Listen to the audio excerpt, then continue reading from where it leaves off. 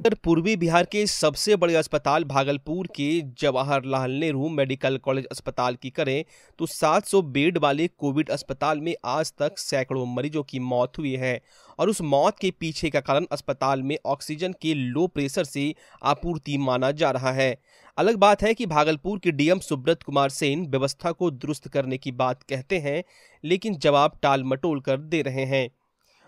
70 या उससे नीचे या 80 के आसपास भी है, तब लेकर के मरीज को पहुंच रहे हैं। और हम लोगों ने एक आंकड़ों का विश्लेषण भी कराया था, तो हम लोगों ने ये पाया कि लगभग 45% मरीज जिनकी मृत्यु हो रही है वो बिल्कुल लास्ट आवर में पहुंच रहे हैं। 24 घंटे से 36 घंटे के बीच में एडमिट होने के साथ ही उनकी मृत्यु हो जा रही है।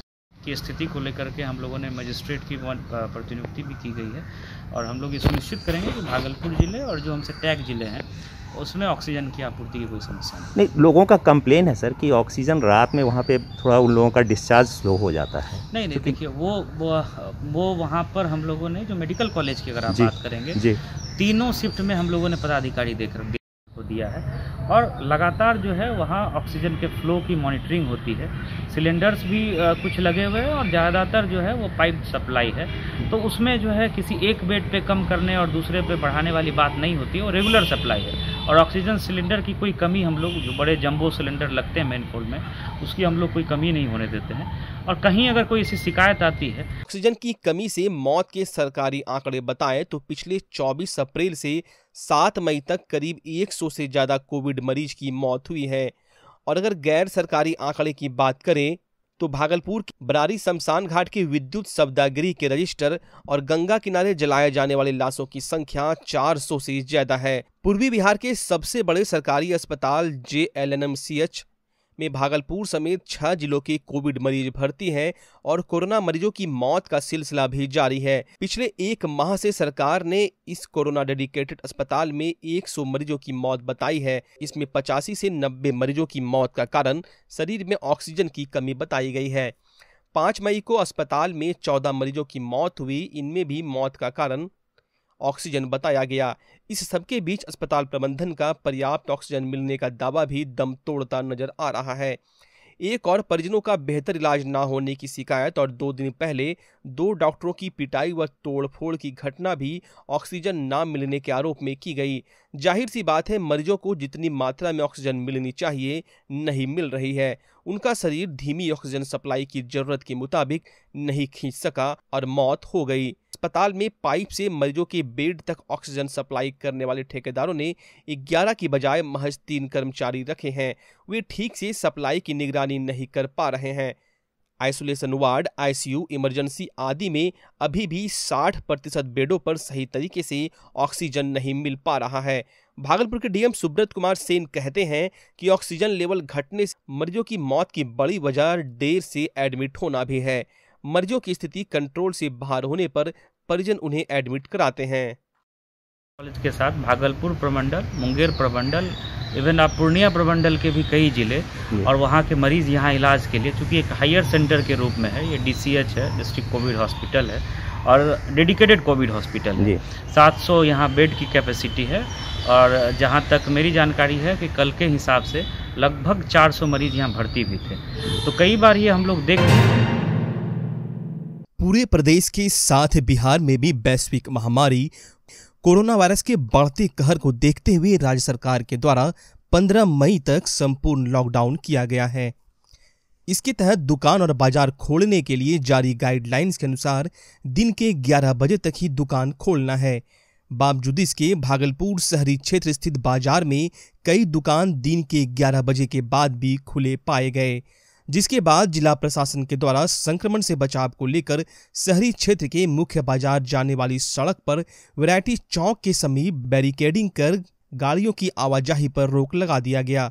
इससे पहले भी जिला प्रशासन और नगर निगम के सहयोग से भागलपुर के मुख्य बाजार में लगने वाले भीड़ की तस्वीर सामने आने के बाद संक्रमण से बचाव को लेकर कई जगहों पर बैरिकेडिंग की गई थी। भागलपुर में प्रेमी जोड़े पर इसका ऐसा भूत चढ़ा कि लॉकडाउन के सारे नियमों को तोड़ सड़क पर घूमने लगे, जिसके बाद स्टेशन चौक के समीप पुलिस की नजर उस पर पड़ी तो पुलिस ने प्रेमी जोड़े से पूछताछ की। पूछताछ के दौरान पहले तो युवक ने बताया कि दोनों भाई बहन हैं। फिर जब पुलिस ने दोनों से पिता का नाम पूछा तो दोनों ने गलत बताया। फिर प्रेमी जोड़े ने कबूला कि वह घर से भागे हुए हैं और भागलपुर में ही रह रहे हैं। पुलिसिया पूछताछ के दौरान कहलगांव के बिरबन्ना निवासी युवक ने कहा कि वह कई दिनों से लड़की को जान रहे हैं और लड़की को रूम पर छोड़ने जा रहे थे। युवती कहलगांव के तौफील दियारा की रहने वाली बताई जा रही है। वह 1.5 महीने से घर से फरार है। इससे पहले वो पटना में रहती थी। युवती के माता पिता ने उसके घर से फरार होने के बाद एकचारी थाने में अज्ञात के खिलाफ प्राथमिकी भी दर्ज कराई थी। फिलहाल कोतवाली पुलिस युवती को महिला थाने ले गई और युवक को कोतवाली थाने में ले जाकर पूछताछ कर रही है।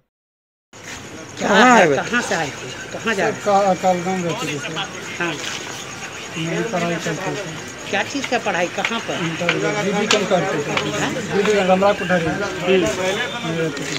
कैसे कहाँ जा रहे थे लेकर? इसको हम पहुँचाने के लिए आए थे। कहाँ पहुँचाने? ये रूम पे।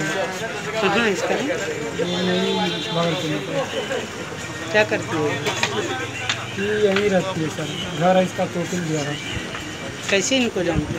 2-3 दिन से हम जान रहे हैं। 2-3 दिन से जान रहे सर। वो जो मेरा दोस्त ने उसको बात कर रहा था। कब से? 3 महीना से। जोर से बोलो। करते हैं ऐसे ही कहाँ रहते हैं? एक घर है, उसी में रहते हैं। किसका घर है वो? पता नहीं है, पटना में रहते थे 2-3 दिन से यहाँ पर रहते हैं। पता नहीं यार, यहाँ रह रहे हैं। मम्मी पापा कोई भगा के लाया या कोई क्या किया था? भगा के लाया है तो? हम अपने मन से घर से भागे। कितना दिन पहले 1.5 महीने पहले। काहे भागे थी? ऐसे घर में झगड़ा हुआ था। क्या नाम है आपका? पूजा का पापा का? कैलाश शर्मा। कहाँ घर है? तौफील 58। पढ़ाई करते हैं यहाँ? नहीं सर, पढ़ाई छोड़ दी। पटना में क्या करते हैं? ऐसे काम करते हैं। कौन सा काम? मतलब फैक्ट्री में, मतलब कुरकुरे सब जो बनाते हैं ना, वही फैक्ट्री में काम करते हैं। कब? भागलपुर में लगातार कई दवा दुकानों व निजी क्लिनिक से कालाबाजारी की सूचना मिल रही है। इसको लेकर जिला प्रशासन व ड्रग्स विभाग अलर्ट है। लगातार कालाबाजारी करने वालों व ज्यादा मूल्यों में दवाई बेचने वालों पर शिकंजा कसा जा रहा है।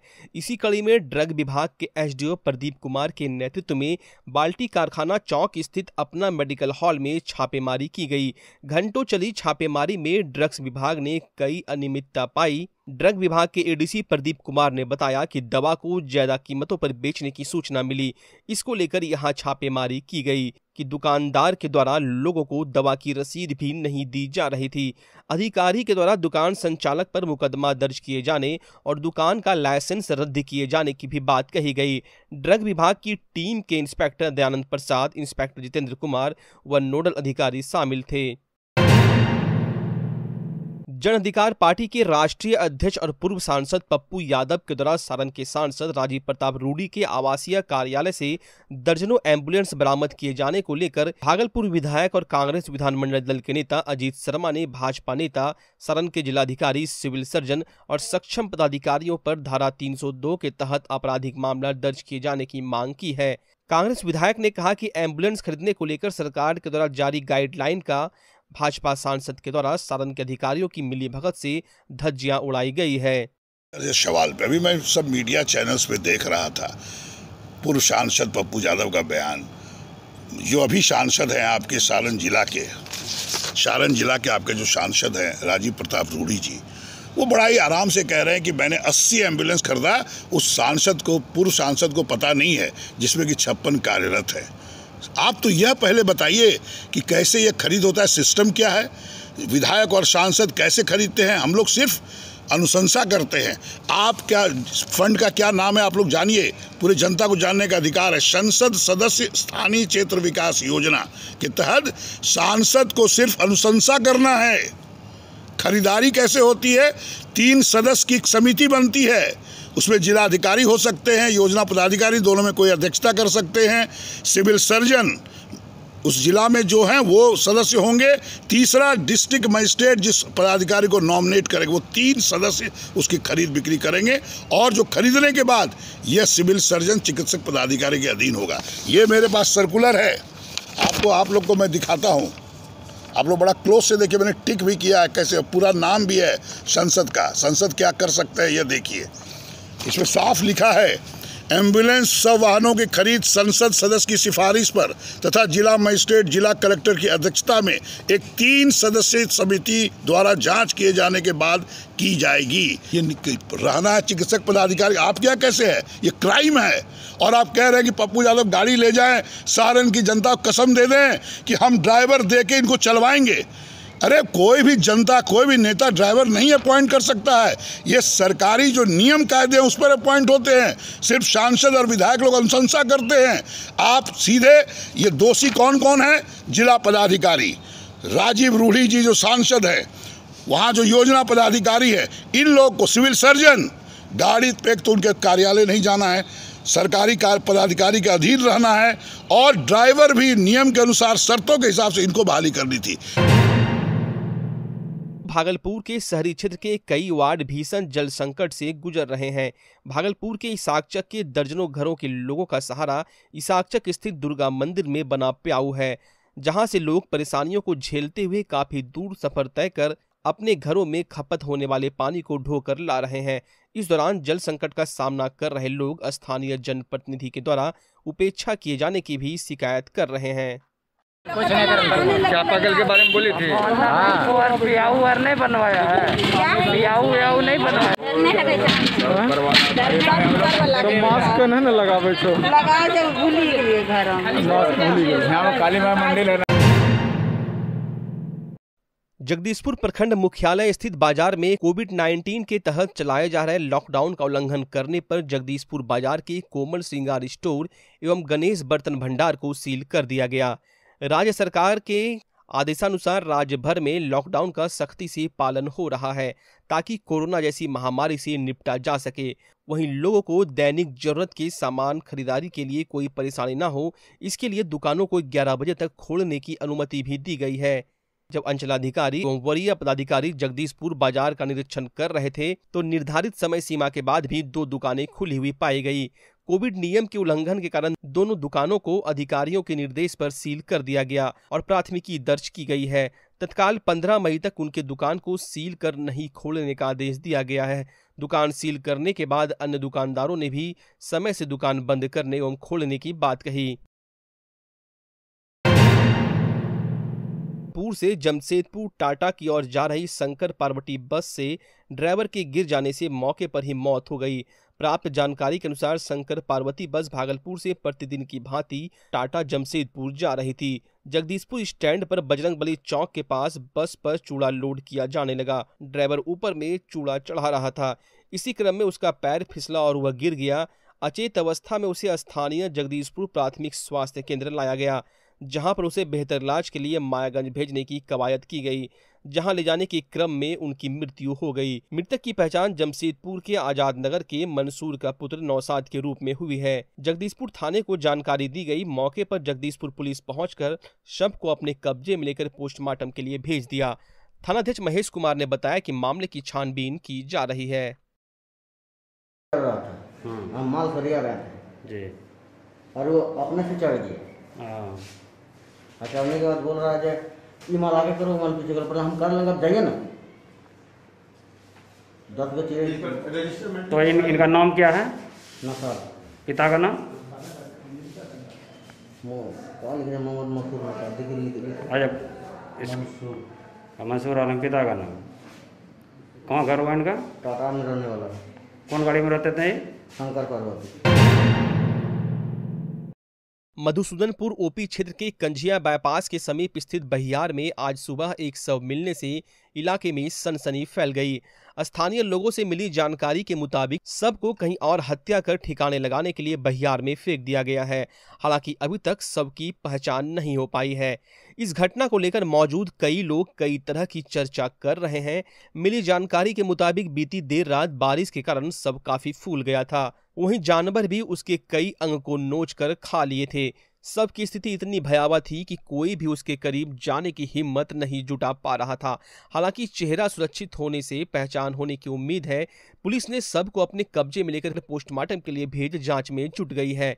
आपको बता दें, अपराधियों ने मधुसूदनपुर ओपी क्षेत्र का इलाका काफी सेफ जोन बना लिया है। यहाँ आए दिन बालू उठाव, बर्चस्व कायम, जमीन विवाद करने को लेकर गोलीबारी, बमबाजी जैसी घटनाएं आम बात हो गई है। आए दिन क्षेत्र में ऐसी घटनाएं होती रहती है। मामले पर मधुसूदनपुर ओपी प्रभारी मिथिलेश कुमार ने बताया कि सब अपने कब्जे में लेकर पोस्टमार्टम के लिए भेज दिया गया है। शिनाख्त के लिए प्रयास किए जा रहे हैं। भागलपुर नगर निगम के वार्ड संख्या 12 के पार्षद प्रतिनिधि सीमू खान के द्वारा पूरे वार्ड 12 में लगातार सैनिटाइजिंग करवाया जा रहा है। इसी कड़ी में आज भी गुलदार पट्टी, पासी टोला, कुंडी टोला, मुख्य सड़क समेत मंदिर व मस्जिद को भी सैनिटाइज करवाया गया। सीमू खान ने बताया कि नगर निगम के द्वारा सैनिटाइजिंग को लेकर किसी भी प्रकार का ठोस कदम नहीं उठाए जाने पर अपने निजी कोष से पूरे वार्ड को सैनिटाइज कराया गया है। वहीं उन्होंने लोगों से अपील भी किया कि बेवजह सड़कों पर ना घूमें, मास्क पहने व सोशल डिस्टेंसिंग का पालन करें। क्या करवा रहे? वार्ड नंबर 12 में सैनिटाइजर हो रहा है। ये कोई नगर निगम से नहीं है, ये पर्सनल है। नगर निगम फेल। बोलिए। कोरोना वायरस के प्रकोप को रोकना है, इसलिए सैनिटाइजर घर टू घर हो रहा है पूरे वार्ड नंबर 12 में। ये चौथा बार है कंटिन्यू 10 दिन से, ये चौथी बार। आज गोलदार पट्टी, पासी टोला, कुंडी टोला, मेन रोड, काली स्थान का पीपर पाती के सामने ये सब हो रहा है। नाथनगर स्थित मुख्य बाजार में भागलपुर एएसपी पूरन कुमार झा की अगुवाई में नाथनगर पुलिस एवं अतिरिक्त पुलिस बल के साथ फ्लैग मार्च किया गया। इस फ्लैग मार्च में उन्होंने बेवजह सड़कों पर घूम रहे लोगों को घर में रहने की सख्त हिदायत दी। वहीं उन्होंने कहा कि बेवजह सड़कों पर ना घूमें। दुकानदारों से भी आग्रह किया कि सरकार के द्वारा जारी गाइडलाइन का पालन करें, अन्यथा कानूनी कार्रवाई की जाएगी। इसके लिए उन्होंने नाथनगर थाना के प्रभारी थानाध्यक्ष महाश्वेता सिन्हा को आदेश दिया कि जो भी दुकानदार सरकारी गाइडलाइन का उल्लंघन करे, उनके विरुद्ध कानूनी कार्रवाई करें। के मद्देनजर नाथनगर एरिया में आज एक फ्लैग मार्च निकाले गए, जिसमें मजिस्ट्रेट साहब, शांति समिति के सदस्य एवं पुलिसकर्मी उपस्थित थे। आज लोगों को समझाया गया है बाजार में चल करके, और कल से हम लोग माइकिंग करवाएंगे जिसमें आम पब्लिक भी रहेगी और पुलिसकर्मी भी रहेंगे। लोगों को यही समझाइश दी जाएगी कि बेवजह अनावश्यक रूप से घरों के बाहर न निकलें। फिर मार्केट में जो भी दुकान 11 बजे बाद खुली हुई है और आवश्यक वस्तु की दुकानें अगर 11 के बाद खुली है और अन्य दुकानें दिन में कभी भी खुली हैं, उन पर हम लोग FIR करेंगे। नाथनगर के मुख्य बाजार में लॉकडाउन की धज्जियां लगातार उड़ रही है। जिला प्रशासन लॉकडाउन का पालन कराने में पूरी तरह से फेल नजर आ रही है। आज भी नाथनगर के मुख्य बाजार में काफी भीड़ देखी गई। यहाँ के लोग आज भी लॉकडाउन को मजाक समझ रहे हैं। यही कारण है कि लोग बिंदास होकर बाजारों में खरीदारी करने पहुंच जाते हैं। ज्यादातर लोग तो मास्क भी नहीं लगा रहे हैं। अगर सोशल डिस्टेंसिंग की बात करें तो दूर दूर तक कहीं नजर नहीं आता।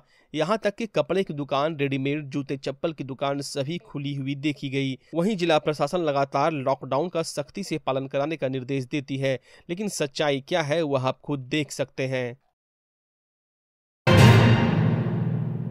मंजूषा कला प्रशिक्षण केंद्र के द्वारा कलासागर सांस्कृतिक संगठन एवं उत्तर लोक सेवा संस्थान के सहयोग से कोविड-19 के कहर से परेशान और विचलित लोगों को आत्मविश्वास बढ़ाने के लिए ऑनलाइन मंजूषा कला प्रशिक्षण कार्यशाला का आयोजन प्राचार्य श्रीमती सुमना के निर्देशन में मंजूषा गुरु मनोज कुमार पंडित के संरक्षण में किया जा रहा है, जिसमें सहयोगी अमन सागर, आंचल एवं सुजीत कुमार है। प्रतिभागियों का हौसला बढ़ाने के लिए मंजूषा कला के वरिष्ठ कलाकार, बिहार कला पुरस्कार से सम्मानित श्रीमती निर्मला देवी एवं गांधीवादी डॉक्टर मनोज कुमार पांडे उर्फ मनोज मीता वर्चुअली शामिल हुए और मंजूषा कला को नारी शक्तिकरण का प्रतीक और विकट परिस्थिति में देव शक्ति से चुनौती देकर अपने पति को वापस करने वाली बिहुला की गाथा सुनाई। वहीं सभी प्रतिभागी उत्साहपूर्वक कार्यशाला में मध्य प्रदेश भोपाल से एम्पेनल डिजाइनर संतोष कुमार रेकवार और कोलकाता से देवाशीष पाल भी शामिल हैं।